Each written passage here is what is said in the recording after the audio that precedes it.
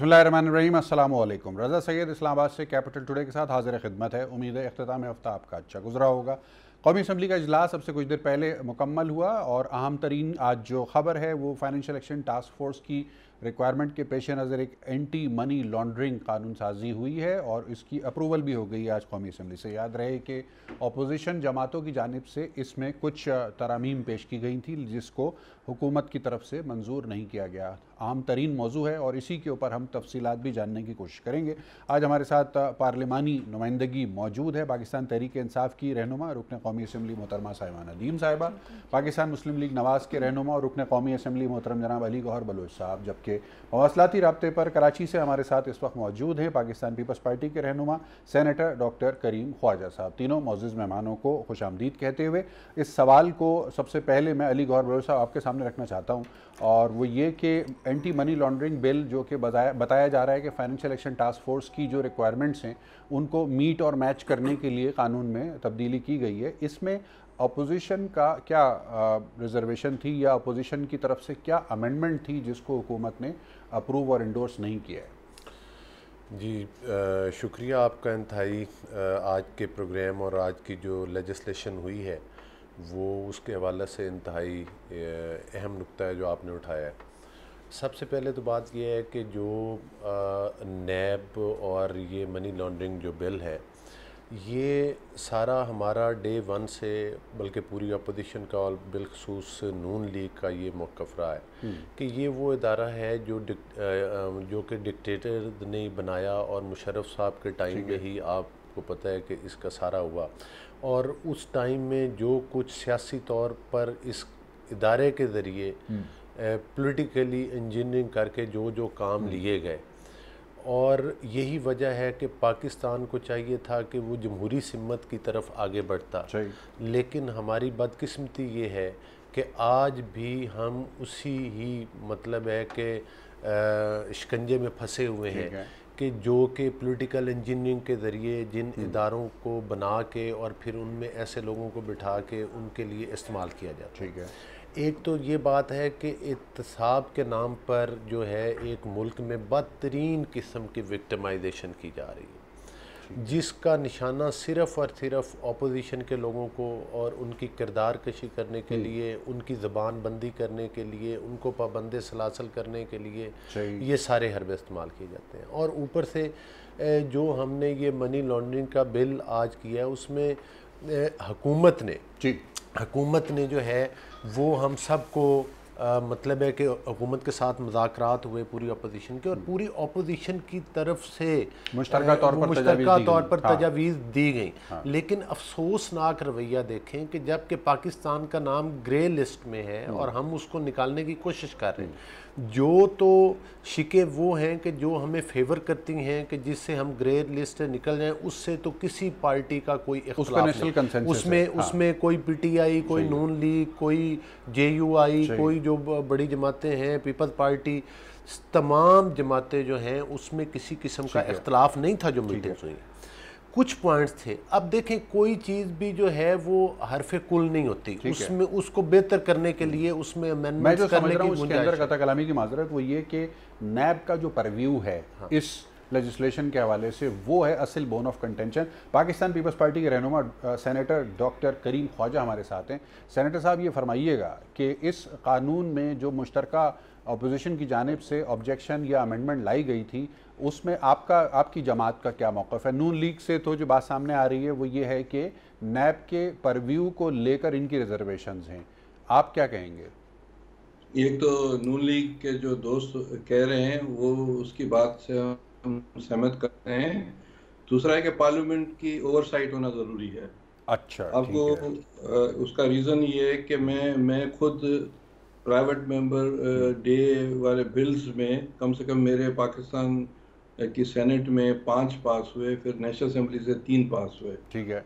और एक जो बिल जो हमने गवर्नमेंट के साथ लाया था, पुरानी बात नवाज शरीफ साहब प्राइम मिनिस्टर थे उस वक्त की है कि साइबर क्राइम का बिल मैंने इनिशिएट किया था और फिर वो गवर्नमेंट से हमने क्लब करके वो दोनों ऐवानों में पास हुआ। उसमें पार्लियामेंट्री ओवरसाइट बहुत ज़रूरी है। ठीक है। और ये इस तरह की प्रैक्टिस होती रही है मुख्तलिफ बिल्स में। तो पीपल्स पार्टी ये चाहती है कि पार्लिमानी ओवरसाइट्स भी होनी चाहिए और इसे स्ट्रेंथन होती है पार्लियामेंट। ठीक है। तो एक तो ये है, बाकी दूसरी चीज़ें भी हैं। अभी नेशनल असेंबली में पास हुआ है, नेचुरली वो सेनेट में आएगी, सेनेट में भी ये हवाले से डिस्कशन होंगे। बाकी अब मनी लॉन्ड्रिंग या जो है FATF से तो हम चाहते हैं कि वाइट लिस्ट में आ जाए। सही है। इसमें तो दो राय होनी नहीं चाहिए। एवरी पार्टी जो पाकिस्तान में वो एक पेट्रियाटिक पार्टी है और किसी से हमें जो है सर्टिफिकेट की कोई ज़रूरत भी नहीं है, सही है। किसी भी इदारे से। तो जहाँ तक ये है कि पार्लियामेंट का काम ही यही होता है कि ये चीज़ें डिस्कस करना, और ये जो चीज़ें हमने रखी हैं वो पार्लियामानी प्रैक्टिस में होती रही हैं। ठीक है। और अगर ये यहाँ नहीं हुई है तो फिर सेनेट में डिस्कशन जरूर। बिल्कुल ठीक है। सेनेटर साहब हमारे साथ ही रहिएगा। पाकिस्तान तहरीक इंसाफ की रहनुमा हुकूमत की नुमाइंदगी करते हुए रुकन कौमी असम्बली मोहतरमा साहिबा नदीम साहब हमारे साथ मौजूद है। पार्लिमानी ओवरसाइट की बात हुई। सेनेटर फ़रूख नसीम जो कि वज़ीर क़ानून है, उन्होंने पार्लियामान में आज इस हवाले से एक वजाहत भी दी। मैं चाहूँगा कि आपकी ज़बानी हम नाजरीन को बताएं कि पार्लिमानी ओवरसाइट के हवाले से हुकूमत का क्या मौक़िफ़ है। और दूसरी बात ये कि नैब के परव्यू पे जो इस वक्त अपोजिशन का ऑब्जेक्शन है, इसको आप लोगों ने ओवररूल किस बुनियाद पे किया? जी शुक्रिया बहुत बहुत। सबसे पहले जो ओवरसाइट की बात हो रही है उसमें फ़रूख नसीम साहब ने बड़े क्लियरली इसको बल्कि कहा भी था, समझाया भी इसी उसमें कि पार्लियामेंट जो है वो सिर्फ लेजिस्लेट करती है और उसके बाद आपका एग्जीक्यूटिव रोल आ जाता है या आपका गवर्नमेंट का रोल आता है जो उसको इम्प्लीमेंट करता है, और लास्टली आपकी जो जुडिशरी है वो उसको फिर प्रोव करती है, इंटरप्रेट करती है। सो ये रोल्स में आप उसको ओवरलैप नहीं कर सकते। इस सूरत में आपको देखना पड़ेगा कि नैब की जो इनकी डिमांड्स हैं ये जो थे, ये तो ऑलरेडी पहले भी बहुत सारी चीज़ें थीं जो इनकी दौरान हुकूमत चल रही थीं। अच्छा। लेकिन अब नैब का, आप जैसे मैं अगर जिक्र करूं तो आप चार्टर ऑफ डेमोक्रेसी को अगर आप लेते हैं तो उस टाइम पे भी इन्होंने नैब के पूरे एक पेपर बनाया था, उस पर वर्किंग हुई थी इनकी। लेकिन जब ये खुद हुकूमत में PMLN आई तो इन्होंने उसके अंदर ना कोई अमेंडमेंट्स की, ना उसका PMLN से पहले तो पीपल्स पार्टी आई थी 2008 में। जी, तो उन्होंने उसको कम्प्लीटली ओवर रूल कर दिया, उस पर कोई काम नहीं हुआ। अब अगर वही चीज़ें जो इन्होंने कहीं और अब हमारे इसमें लेके आ रहे हैं और उसको वो ओवर रूल कर रहे हैं, तो आई थिंक ये ज़्यादती होगी। क्योंकि अगर ये कहते हैं कि जैसे आज उन्होंने कहा कि कुछ चीज़ों एंटी मनी लॉन्ड्रिंग का जो आज बिल था उसके ऊपर कि उसको FIA में आप रखें और उसमें से उसको सेपरेशन ऑफ पावर की जाए। सो आई फील कि इसमें हमारी हुकूमत का ये मौक़िफ़ है कि FIA के बजाय, क्योंकि देखिए हमारा एक वॉच डॉग भी बहुत ज़रूरी है, उसको हमने इस वक्त जो है वो ऑटोनमस किया है।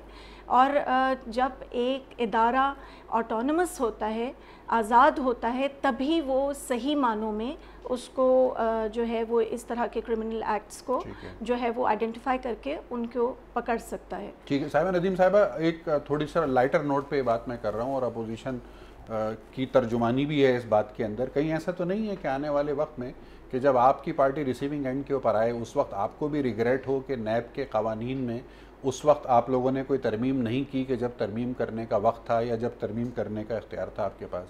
जिस रिग्रेट में नून लीग आज है और पीपल्स पार्टी आज है, क्या 2 साल 3 साल के बाद PTI उसी रिग्रेट में नज़र नहीं आएगी हमें?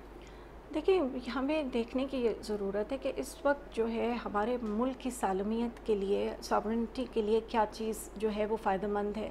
हमारा मुल्क जो है इस वक्त FATF के ग्रे लिस्ट में ऑलरेडी आ चुका था। ये ग्रे लिस्ट में हमारे आने से पहले आया। अब उसकी जो रिक्वायरमेंट्स हैं वो भी जो हैं वो सबके सामने रखी गई और हमने तमाम पार्टीज़ को ऑन बोर्ड लिया इसके अंदर। तमाम की मशावरत के बाद इनके अंदर ये जो है वो तरामीम आई हैं। ठीक है, ठीक है जी। नाज़रीन, गुफ्तगू के सिलसिले को हम जारी रखेंगे एक मुख्तसर वक्फे के बाद।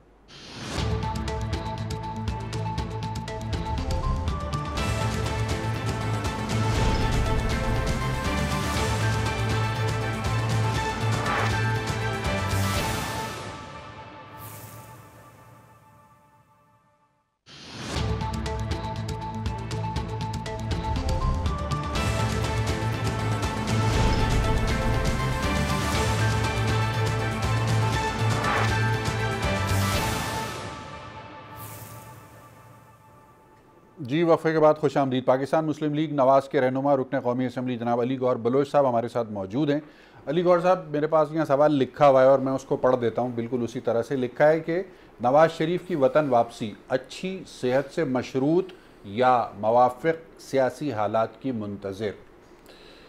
देखें, आपने बड़ा अच्छा क्वेश्चन किया है और मियां नवाज़ शरीफ साहब की सेहत के बारे में आपको पता है कि बहुत प्रोपोगंडा किया जाता है और जो कि इंतहाई अफसोसनाक है। अच्छा, मैं इसका जवाब देने से पहले कुछ सियाको सबाक का हवाला देना चाहूँगा। जी ज़रूर।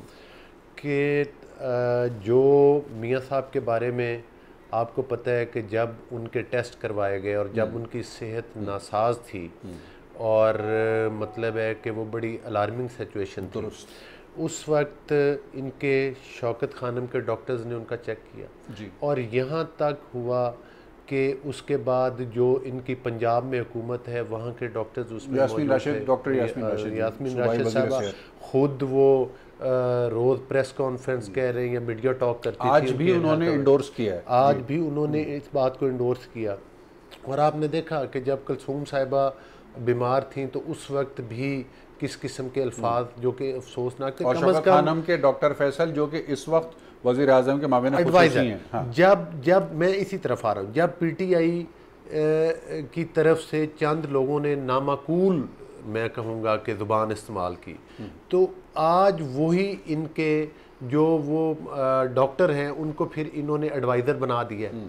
तो ये तो एक खुला तदाद है इनके अपने कॉल ऑफ फेल में। मतलब है कि चेक करने वाले ये, और इवन इन्होंने यहाँ तक गए कि जब इन्होंने इल्ज़ाम लगाए हैं तो डॉक्टर्स के इन्होंने एजेंसीज के ज़रिए उनके बैंक अकाउंट्स तक चेक करवाए हैं। ठीक है, कि ड्यू मतलब डिलिजेंस की पूरी। हाँ, पूरी इंटेलिजेंस की। ठीक है। अच्छा, उस वक्त डॉक्टर्स के पूरे चेक करवाए।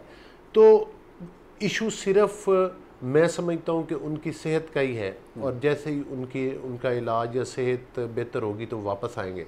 लेकिन जहाँ तक आप कह रहे हैं कि साजगार सियासी हालात, तो अल्हम्दुलिल्लाह नून के लिए ऑन ग्राउंड कभी भी नासाज हालात नहीं रहे। ठीक है। हम ये समझते हैं आज भी जो पीटीआई की गवर्नमेंट है हम उसको अवाम की नुमाइंदा हुकूमत नहीं समझते। ये अवामी मैंडेट के ज़रिए नहीं आई, ये हमारे तहफ़्फ़ुज़ात हैं और वो हमारे जायज़ तहफ़्फ़ुज़ात हैं। और जिसके इस इलेक्शन के फ़ौरन बाद पूरी अपोजिशन की तमाम पार्टीज़ ने इलेक्शन कमीशन के बाहर एहतजाज किया था। उन नताइज के ऊपर हमारे तहफ़्फ़ुज़ात हैं। तो आज भी अवाम में मियां नवाज़ शरीफ साहब की तो पॉपुलैरिटी जो है वो आज भी उसी तरह से है जिस तरह से कि उनके दौरे हुकूमत में थी या जिस तरह से कि पिछले इलेक्शन में थी। अगर मियां नवाज़ शरीफ साहब अवाम में पॉपुलर ना होते तो फिर इनको सारी ये पॉलिटिकल इंजीनियरिंग की ज़रूरत ना पड़ती।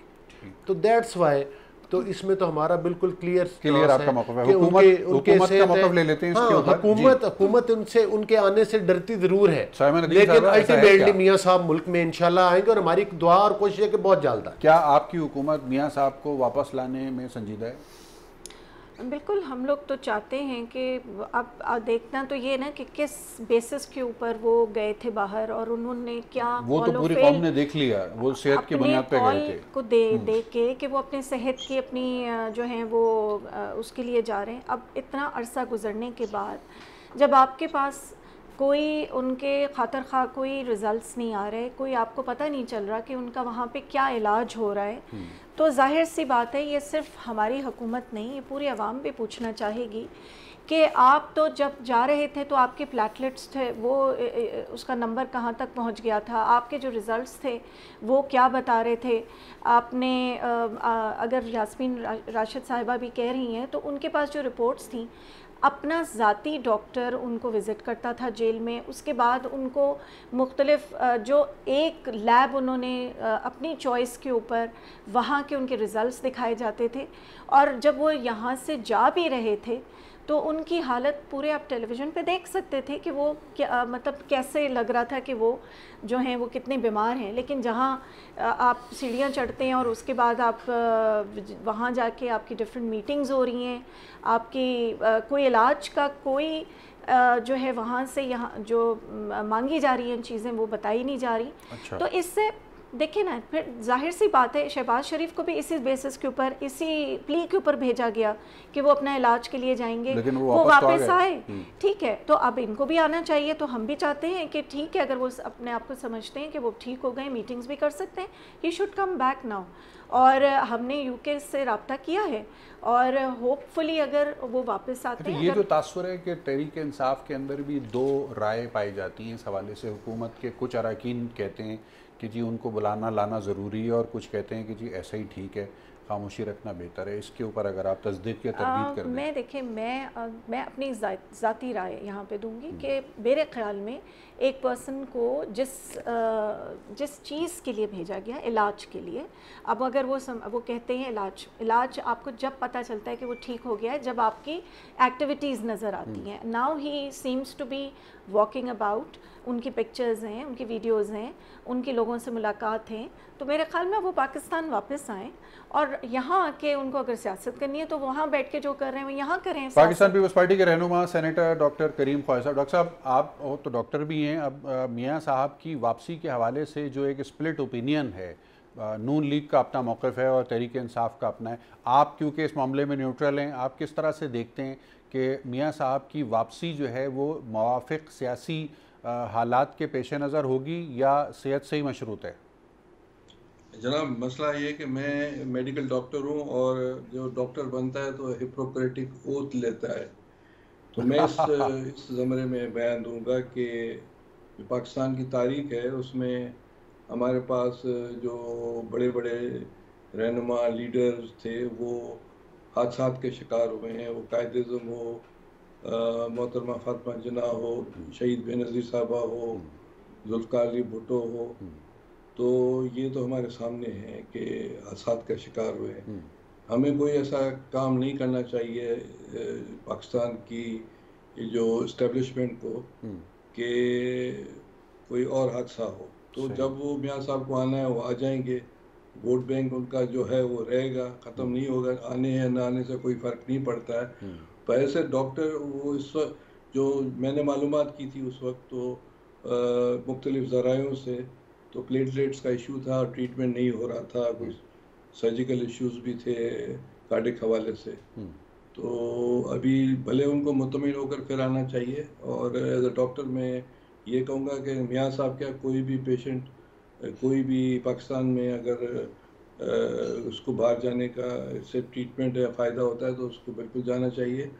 और खामखा में ऐसे हालात पैदा नहीं करे कि हादसात हो जाएं और फिर वो फिर पाकिस्तान के लिए अच्छा नहीं रहता है। सही, यानी बाय एंड लार्ज आप भी ये समझते हैं कि मियाँ मोहम्मद नवाज शरीफ साहब 3 मरतबा के वज़ीर आज़म हैं इस पाकिस्तान के, और यकीनी तौर पर उनकी जो सियासत है वो कुल पाकिस्तान में ही है, पॉलिटिकल कैपिटल उनका पाकिस्तान में है। तो इवेंचुअली वो जब भी उनको सियासत में फ़ाल होना होगा तो वो पाकिस्तान में आकर ही होंगे। यूगेंडा में तो नहीं है PMLN की अक्सरियत या हुकूमत। तो इस हिसाब से मैं समझता हूँ कि उसका यही उसका हल है। और खामखा में कोई ऐसे काम नहीं करना चाहिए जो मैंने नाम गिनवाए हैं, सही, ऐसे कोई और हादसात हुए हैं। ठीक है, ठीक है। IMF के हवाले से जो सूरत हाल है इसमें बताया गया कि जब कोविड का दुनिया भर में मसला पेश आया मार्च के महीने से ऑनवर्ड्स, तो IMF ने भी दुनिया के दीगर मालियाती इदारों की तरह उन तमाम ममालिक को कि जो IMF प्रोग्राम का हिस्सा हैं बशमुल पाकिस्तान, उनको कुछ एडजस्टमेंट दी, उनको कुछ रिलीफ दिया रीपेमेंट्स के हवाले से, यानी एडजस्ट किया कर्ज़ों को और उनकी क़िस्तों को। और इसमें हमारी मालूमात के मुताबिक सितंबर के महीने तक की रियायत पाकिस्तान को दे दी गई, जिसका बेनिफिट यकीनी तौर पर हुकूमत पाकिस्तान को मिला। और वो बेनिफिट उन नरमियों की शक्ल में था कि जो पाकिस्तान को रीपेमेंट के हवाले से इस अरसे में नहीं देनी पड़ी। अब सूरत हाल ये है कि सितंबर यानी अगला महीना एक मरतबा फिर IMF के हवाले से मुश्किलात की नवीद सुना रहा है। और IMF प्रोग्राम के हवाले से होने वाली जो पेशरफ्त है उसकी जो इनसाइड स्टोरीज़ हैं उसमें इसी किस्म की इतलात मिल रही हैं कि IMF चाहती है कि पाकिस्तान के अवाम के ऊपर टैरिफ की कुछ नई सख्तियाँ की जाएँ, कुछ बिजली के निर्खों में इजाफ़ा किया जाए और इसी तरह से जो एनर्जी रिसोर्सेज़ हैं उनकी कीमतों में इजाफ़ा किया जाए। मौजूदा हुकूमत इसको किस हवाले से टैकल कर रही है, इसको हम डिस्कस करेंगे अपने अगले मरहले में, लेकिन एक मुख्तसर वक्फे के बाद।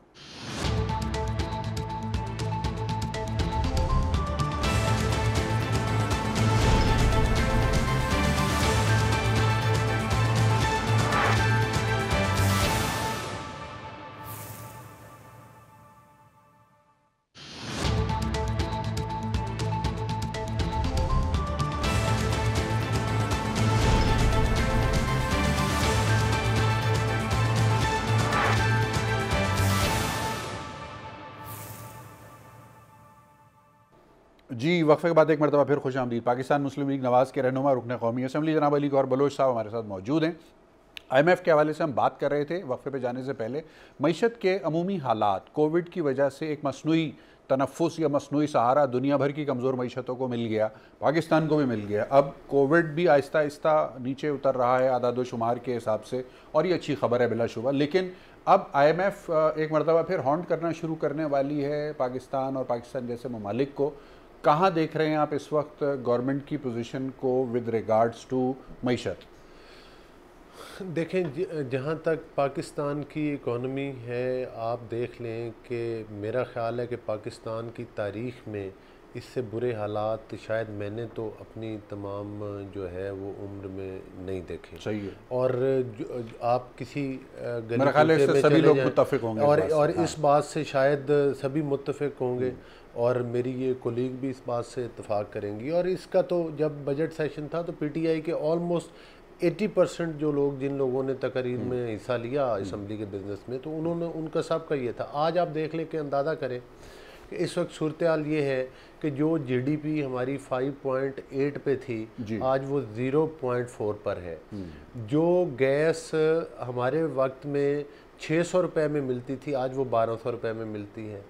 जो बिजली के रेट हैं वो ऑलरेडी हम इतने बढ़ा चुके हैं कि घरेलू सार्फिन के लिए भी हमने रेट बढ़ा दिए, और जो वो एक 150 का हमने यूनिट, मिनिमम यूनिट का एक रेंज रखी थी कि ये कम अज़ कम जो 150 करता है तो उसको यूनिट का ये रेट लगेगा, वो भी हमने ख़त्म कर दिया। अब हमने उसको कम करके 50 यूनिट कर दिया। तो 50 यूनिट तो एक लाइट जलाने से मतलब है कि जो आम आदमी बेचारा था जिसकी 10-11 हज़ार को महीने की इनकम थी, वो भी इधर है। आज आप देख लें किसानों के लिए जो रेट खादों के नून लीग के टाइम पे थे, अगर हमने कर्जे लिए तो हमने अरबों रुपए का CPEC प्रोजेक्ट देख लें, अरबों रुपए की लागत के साथ बिजली के कारखाने बनाए, लेकिन और कई स्कूल्स, कई हॉस्पिटल्स, हर चीज़ को अपग्रेड किया। आज सूरत हाल ये है कि हमने मास वाइज गवर्नमेंट ने चीनी चोरी, आटा चोरी के चर्चे होंगे, आपको ये पता चलेगा कि अरबों रुपए की जो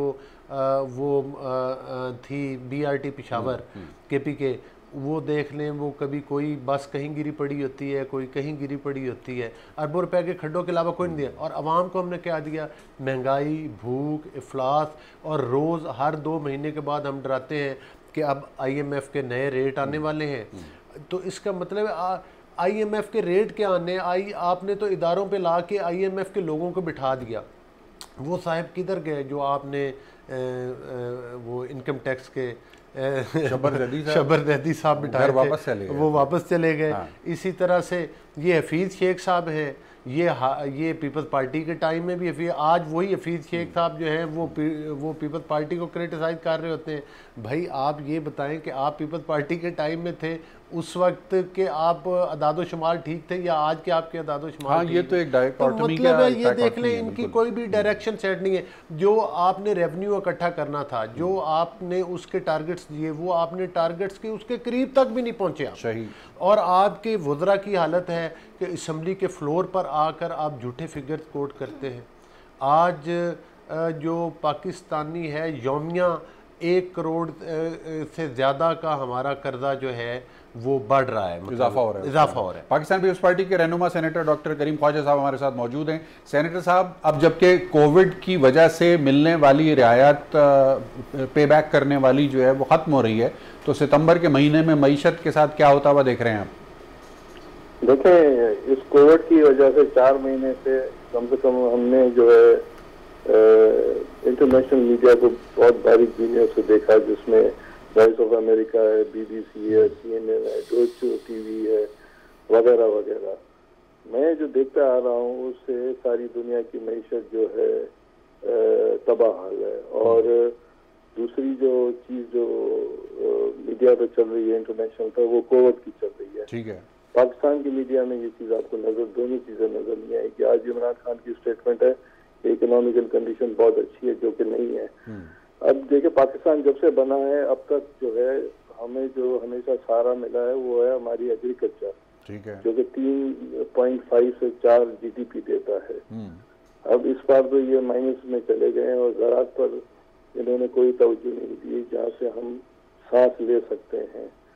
तो ज़राअत पर तवज्जो दी जा सकती है और आइसोलेशन अपनी जगह पर है और आप पैनल का मीडिया पर ये चीज़ रिफ्लेक्ट है, वो मुस्लिम वर्ल्ड हो या यूनाइटेड नेशन हो या इंटरनेशनल जो भी मुल्क हैं, उसमें हम टोटल इस वक्त आइसोलेशन में हैं।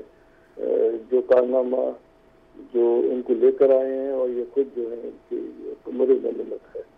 तो अब इस हाल में तो जब तक ये पार्लियामेंट में बैठकर पार्लियामेंट में डिस्कस करें, पार्लियामेंट में डिबेट हो, प्राइम मिनिस्टर आए और ये पार्लियामेंट ही इन चीज़ों से निकाल सकती है। बाकी इकोनॉमिकल क्राइसिस हैं और ये क्राइसिस 1-2 साल चलेंगे। कोविड के जो असरात है WHO और यूनाइटेड नेशन खुद कह रही है कि ये 1-2 साल तक चलेंगे। IMF भी ये कह रहा है और ये इंटरनेशनल आइसोलेशन में चले गए हैं, पता नहीं उनके जहनों में क्या है। मुख्तलिफ मुल्कों से ताल्लुकात इनके खराब हो गए हैं। बड़ी पस्ताली होगी, अनारकी होगी और अफरा तफरी होगी। ठीक है। और ये इनके मीडिया में जिस तरह चीजें आ रही हैं या ये कह रहे हैं वो इस तरह नहीं है जो कि आवाम को ये कह रहे हैं। तो ये तो पार्लियामेंट बैठ कर फैसला कर सकती है। ठीक है, बहुत शुक्रिया डॉक्टर साहब, कीमती वक्त दिया आपने हमारे नाजरीन के लिए। साइमा नदीम साहिबा, रुकन कौमी असम्बली पाकिस्तान तहरीक इंसाफ से आपका ताल्लुक़ है। मईशत को संभालने के लिए 4 महीने का एक जो ग्रेस पीरियड IMF की तरफ से था वो ख़त्म हो रहा है। अब पॉलिटिकल कन्फ्रंटेशन को अगर लोगों का कहना है, माहिरीन का कहना है कि अगर पॉलिटिकल कन्फ्रंटेशन को डिफ्यूज़ रखा जा सके तो शायद हुकूमत के लिए आसान होगा मीट करना उन चैलेंजेस को जो कि इकॉनमी से रिलेटेड हैं। क्या मूड है आपकी जमात का? अभी कुछ पॉलिटिकल टेम्परेचर नीचे लाने में इंटरेस्टेड हैं आप लोग? देखिए, पॉलिटिकल हमारी जितनी भी अभी डे 1 से मैं तो कहूँगी कि हमारी कोशिश ये रही है कि हम उनके साथ मिल बैठकर मशावरत के साथ जो भी लेजिस्लेशन करें वो मुल्क के मफाद में हो। कहने को ये हमारे साथ बैठते भी हैं और बहुत सारे जो बिल्स इस वक्त हुए भी हैं वो इन्हीं की मदद से ही हमने इस वक्त पास किए हैं। लेकिन आप बाहर जाके आप एक अपने जो वोटर्स हैं उनको कुछ और बताते हैं, अंदर आपकी मीटिंग्स में कुछ और जो है वो आपस की बातें होती हैं। आप ऐवान में जाके आप तो अपने वोटर्स को कहते हैं कि घबराना नहीं है। तो बिल्कुल, हम तो इसीलिए कह रहे हैं कि हम कितना घबराएंगे। घबराने का वक्त जो था वो तो असल था जब आप इतना कर्जा छोड़ के गए थे। वो कर्जा अब 31,000 अरब का जो आपने छोड़ा उसको हमने 5,000 अभी पे किया, उसके ऊपर हमने सूद भी दिया और करंट अकाउंट डेफिसिट को हमने कम किया। हमने सरप्लस जो है वो प्राइमरी सरप्लस को जो है वो बढ़ाया। इस वक्त आप जो अहदाफ की बात कर रहे हैं, हमने वो अपने जितने भी अहदाफ बनाए थे उनमें से हमारी कोशिश यही थी। हमारी मार्च तक इकॉनमी अच्छी खासी स्टेबल थी। अभी भी मूडी और फिच की अगर आप ब्लूमबर्ग की देखें स्टेबिलिटी आई है। अब बीच में जो कोविड आया उसको भी हमने बड़े बखूबी उसको हमने फेस किया है और उसको फेस करने के साथ साथ हमने लोगों को ये नहीं किया कि हम उनको बिल्कुल जो है वो सड़कों पे छोड़ दें। हमने उस हेल्थ सेक्टर को कोशिश की, हमने उनकी पैसे जो उन घरों तक पहुंचाए गए वो कोशिश की। ये भी तो आपके ही ख़जाने में से गया ना। तो अब हम अभी भी आप देख लें, अगर आप जो अभी प्राइम मिनिस्टर साहब ने भी बताया, फिगर्स दी हैं कि करंट अकाउंट डेफिसिट की भी अब 3 बिलियन के ऊपर आप जो हैं वो लेके आ गए हैं। तो हमारी जो बेसिक जो हमने चीज़ें अपने जहन में रखी हुई थी वो ये थी, हम आर्टिफिशियली रुपी को बॉइंट नहीं करना चाहते थे। हम ये नहीं चाहते थे कि हमारा जो स्टेट बैंक है वो बिल्कुल ज़ीरो पे चला जाए जिस तरह हमें मिला था। हमने इन चीज़ों को हमने एक्सपोर्ट के ऊपर इस वक्त आप देख सकते हैं, रेमिटेंसेस के ऊपर आप देख सकते हैं कि हमारी इम्प्रूवमेंट्स हैं और यही चीज़ें हमारे मुल्क को आगे लेके जाएंगी। हम मुल्क को उन चीज़ों में हम पहले जो हमारी बेसिक्स हम चाहेंगे वो हेल्थ, एजुकेशन है और क्योंकि ये चीज़ें हम आगे जाके जो हैं वो आपके मुल्क को उस ओवरऑल इस्तेहकाम फराहम करने में मददगार साबित होंगे। बिल्कुल दुरुस्त बात है आपकी और हुकूमत यकीनी तौर पर पुरएतमाद नज़र आ रही है अपने इक़दामात के हवाले से, क्योंकि अपोजिशन मुल्क में बहुत ज़्यादा मजबूत है। उसकी वजह से एक बड़ी ताकतवर आवाज़ अपोजिशन की भी लोगों को रोज़ाना सुनने को मिलती है और एक डिवाइडेड ओपिनियन की सूरत हाल भी रहती है। दामन वक्त में गुंजाइश ख़त्म हो रही है, गुफ्तगू के सिलसिले को वहीं पर समेटना होगा। कल इंशाल्लाह आपकी खिदमत में एक नए मौजू के साथ दोबारा हाजिर होंगे। मेहमानों का बेहद शुक्रिया कीमती वक्त देने का, और इस रिमाइंडर के साथ कि कोविड की एहतियात जारी रखें। कोविड अभी ख़त्म नहीं हुआ है और कोविड का वाहिद इलाज सिर्फ़ और सिर्फ एहतियात है। अपना बहुत ख्याल रखें। जी पाकिस्तान की।